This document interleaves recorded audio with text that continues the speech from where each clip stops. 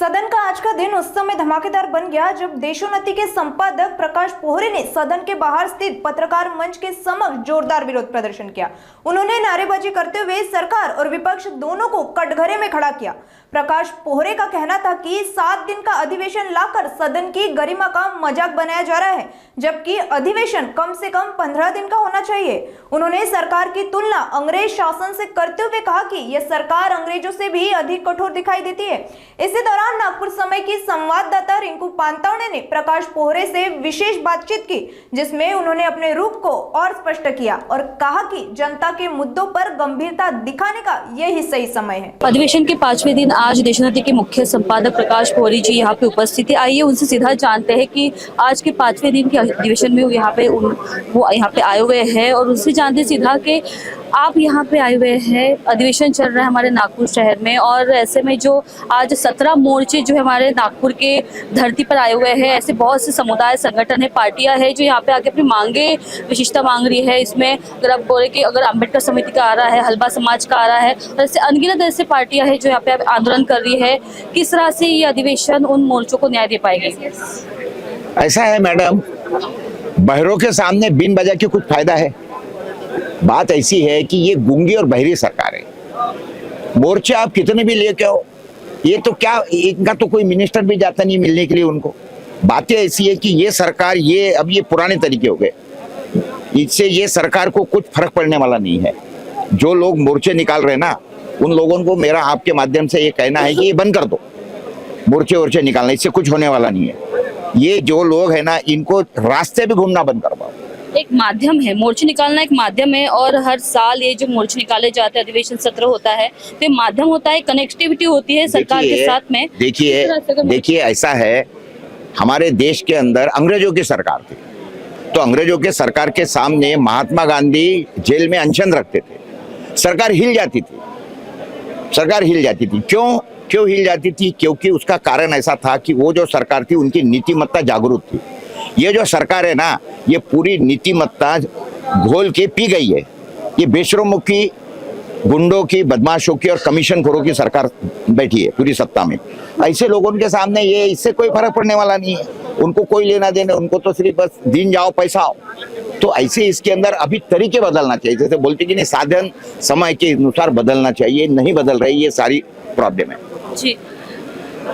एक समय नागपुर हमारा कांग्रेस का गढ़ किला था, बाल किला माना जाता था, लेकिन पिछले 12 वर्षों से यहाँ पे भाजपा जो है यहाँ पे वर्चस्व अपना स्थापित कर रही है। और ऐसे में नागपुर के अगर विकास की बात करें तो नागपुर ने ऐसा कौन सा विकास देखा है इन 12 वर्षों में? आपको क्या लगता है, आपके नजरिए से बताइए। देखिए, हम लोग नागपुर का क्यों बात करते, पूरे महाराष्ट्र की बात करो, विदर्भ की बात करो। ऐसा है, देखिए, विदर्भ 1960 में इन्होंने उनके साथ जोड़ा महाराष्ट्र के साथ में, और विदर्भ की आज जो हालत है, क्या नागपुर का विकास माने विदर्भ का विकास है क्या? नागपुर में आप मेट्रो ला रहे हो, रास्ते बना रहे हो, हम मानते हैं कि नागपुर का विकास हो रहा है, होगा है, कर दिया है इन्होंने, ये मैं मानता हूँ। लेकिन सिर्फ सारा का सारा पैसा नागपुर में लाना, पूरा का पूरा इधर डालना, 5-5, 10-10, 20-20, 50-50 करोड़ के कारण हमारे विदर्भ के 100 के ऊपर प्रोजेक्ट पेंडिंग पड़े हैं। उन प्रोजेक्ट का कुछ हो नहीं रहा है, और जो कुछ लाना है इनको सिर्फ नागपुर में लाना है, क्योंकि ये हमारे मुख्यमंत्री जो है वो नागपुर में रहते, नितिन गडकरी जी नागपुर में रहते, इसीलिए जो कुछ करना है, कौन टोले लेते बैठेगा। और इनको देखिए, एक बात ध्यान में रखो, इनको 2-4-5 करोड़ के कोई काम लाना नहीं है। इनको काम लाना कैसा है मालूम है क्या? देखिए, कमीशन खोरों की सरकार बैठी है, तो जितना बड़ा प्रोजेक्ट समझ लो 1 लाख करोड़ का शक्तिपीठ मार्ग ला रही है इन्होंने। तो शक्तिपीठ मार्ग कितने का है? 1 लाख करोड़ का, उसके ऊपर 20% खाली है, तो कितना पैसा खाने को मिलेगा? 20,000 करोड़ रुपया। अरे 10 करोड़ 20 करोड़ का काम करेंगे, उसके ऊपर 10% खाएंगे तो क्या पैसा? तो कहने का मतलब क्या है, खाना आदमी ने तो हाथी की लीद खाना, बकरी की लीड ही नहीं खाना चाहिए। तो ये सोचने वाले होशियार लोग सत्ता में बैठे हैं, तो ये ऐसे ही चलने वाला है जी। हम बात करें बेमौसम बारिश की, इस साल जो है महाराष्ट्र ने बहुत ज़्यादा बारिश देखी है और बारिश इतनी ज़्यादा हुई कि यहाँ पे किसान वर्ग जो काफ़ी हतबल हो चुका है, हताश हो चुका है। और आत्महत्याग्रस्त अगर उनको बोला जाए तो ऐसा ये गलत नहीं होगा, क्योंकि आत्महत्या की जो आंकड़ा है वो दिन ब दिन बढ़ता ही जा रहा है। और सरकार ने जो है आश्वासन दिया था अवकाली बेमौसम बारिश के बाद में कि इनको उनके बैंक खातों में पैसा जमा कर दिया जाएगा जो जिम्मेदार किसान हैं। तो ऐसे में आश्वासन देने के बाद भी ऐसे बहुत से ऐसे जिलों में है जो अभी तक पैसा गया नहीं है, तो ऐसे आश्वासन पर ये सरकार जनता को जो है वो लुभा रही है। मैडम देखिए, सुनिए, आपने एक कहावत सुनी होगी, लातों के भूत बातों से नहीं मानते। बातें ऐसी है कि कितने लोगों ने पूरे तहसील में, जिले में, गांव में, आज भी ये सरकार के मंत्री गांव में घूम रहे, इनके एमएलए घूम रहे। अगर इन सारे लोगों ने ठहरा लिया कि हमारे गांव में बेटा आएगा तो जूते से पिटाई होगी। देखिए ऐसा है, ये सरकार ने भलाई कुछ भी नहीं किया। लोग क्या कर रहे हैं? लोग क्या कर रहे हैं? लोगों ने सिंपल थ्योरी अपनाना चाहिए। गांव में आ, फिर तेरे को बताते बेटा। और एक दो लोगों से करके कुछ होने वाला नहीं है। समझ लो एक 10,000 लोगों ने गांव के या तहसील के जमा होके इनको जूते से पिटवा, कितने लोगों के ऊपर सरकार मुकदमे करवाएंगी? क्या आपको पता है कि कोई जेलों के अंदर जगह नहीं है? हर जेलों के अंदर उनकी क्षमता से दुगने लोग बैठे हैं। ऑलरेडी सरकार के पास में जगह ही नहीं है। ये प्लानिंग करके इनको, ये सरकार को उनकी जगह बताने की जरूरत है। और सरकार को ये भली बात मालूम है कि ये उठने वाले नहीं है, क्योंकि ऐसा है ना कि टुकड़े डालते रहो तो ये 1500 रुपए बहनों को दे रहे, बिहार में 10,000 रुपए दे दिए, इलेक्शन चालू होने के बाद में दे दिए। क्या किया इलेक्शन कमिश्नर ने? कुछ नहीं किया। तो जब इनको ये मालूम है कि हम कितने भी कायदे कानून तोड़ो, कितना भी नंगा नाच करो, ये देश में हम पे कार्रवाई होने वाली नहीं है, क्योंकि जितने भी ये सब स्वायत्त संस्था है, ये सरकार ने पूरी खरीद लिया है। न्यायालय से लेकर सारे चीज बिक गए हैं। तो ऐसे इसके अंदर इन लोगों को बिल्कुल डर नहीं है कि हमारा क्या होगा। इनको इतना ही करना है कि कुछ भी करो, चाहे कुछ भी करो, सत्ता में बने रहो। क्योंकि अगर सत्ता में बने रहेंगे तो ठेके दे सकेंगे, ठेके देंगे तो ही कमीशन खा सकेंगे। तो इसलिए इनको ये मालूम होने से बैठे हैं। अभी तो ये सिर्फ एक क्या बोलते हैं इसको, फॉर्मेलिटी करके ये विदर्भ में आए हैं 7 दिन के लिए। तो बाकी इनको कोई लेना देना नहीं है। ये आए, ये तो हम तो अभी अगले साल तो ये बोलेंगे कि भैया इतना भी पैसा हमारा क्यों खर्चा करते हो।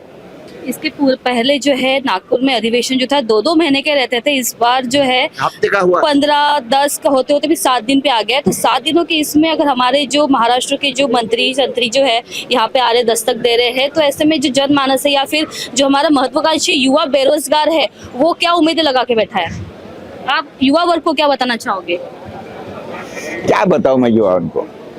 युवा रास्ते में नहीं आना चाहिए करके आपको पता है ये देश के अंदर ड्रग खुलेआम बिक रहे हैं। मुंद्रा एयरपोर्ट जो अडानी का है, वहां पर हर हफ्ते में ड्रग पकड़े जाते हैं। एक दूसरी बात, आपने ये जो है ना अलादीन का चिराग अपने हाथ में, क्या पता है आपको कि इसके अंदर अभी इसके पहले बेटिंग के ऐप चलते थे कि जुआ खेलो, टमका खेलो। अभी क्या होता है, हर इसके बाद में लड़की यानी ये अश्लीलता के, सेक्स के ये वीडियो डाले जाते, और जो बच्चे बेचारे उनकी शादियां नहीं हो रही है उसी में फंसे पड़े हैं।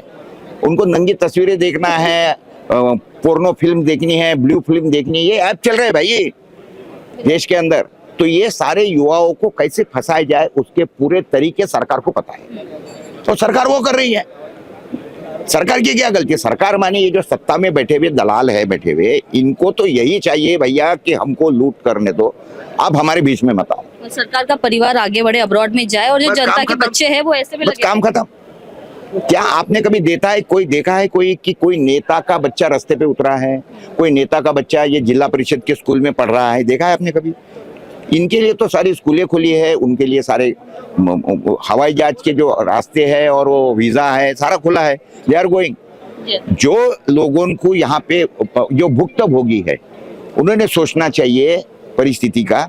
हमारे देश के अंदर क्या हो रहा है कि इसका डंडा उसका झंडा, और शाम को बोलो भैया हम तेरा मुंडा, और ये तरीके से रोज शाम को दारू के अड्डों पे दारू पिलाने की व्यवस्था है बच्चों को, और उसके अंदर फंसे पड़े। जी धन्यवाद। तो ये थे हमारे साथ में देशोन्नति के मुख्य संपादक प्रकाश पोहले जी, जिन्होंने हमें युवा वर्ग को काफ़ी अच्छे से एक हिदायत दी है, मार्गदर्शन भी किया हुआ है। और आज की जो सत्ता विपक्ष है, जो भी है सरकार में जो है, उस पर भी उन्होंने हमला बोला है कि किस तरह से सरकार हमारा जो है प्रगति कर रहा है या अधोगति कर रहा है। आप देख रहे हैं नागपुर समय, कैमरा पर्सन रोशन वानखड़े के साथ रिंकू पांतावनी, नागपुर।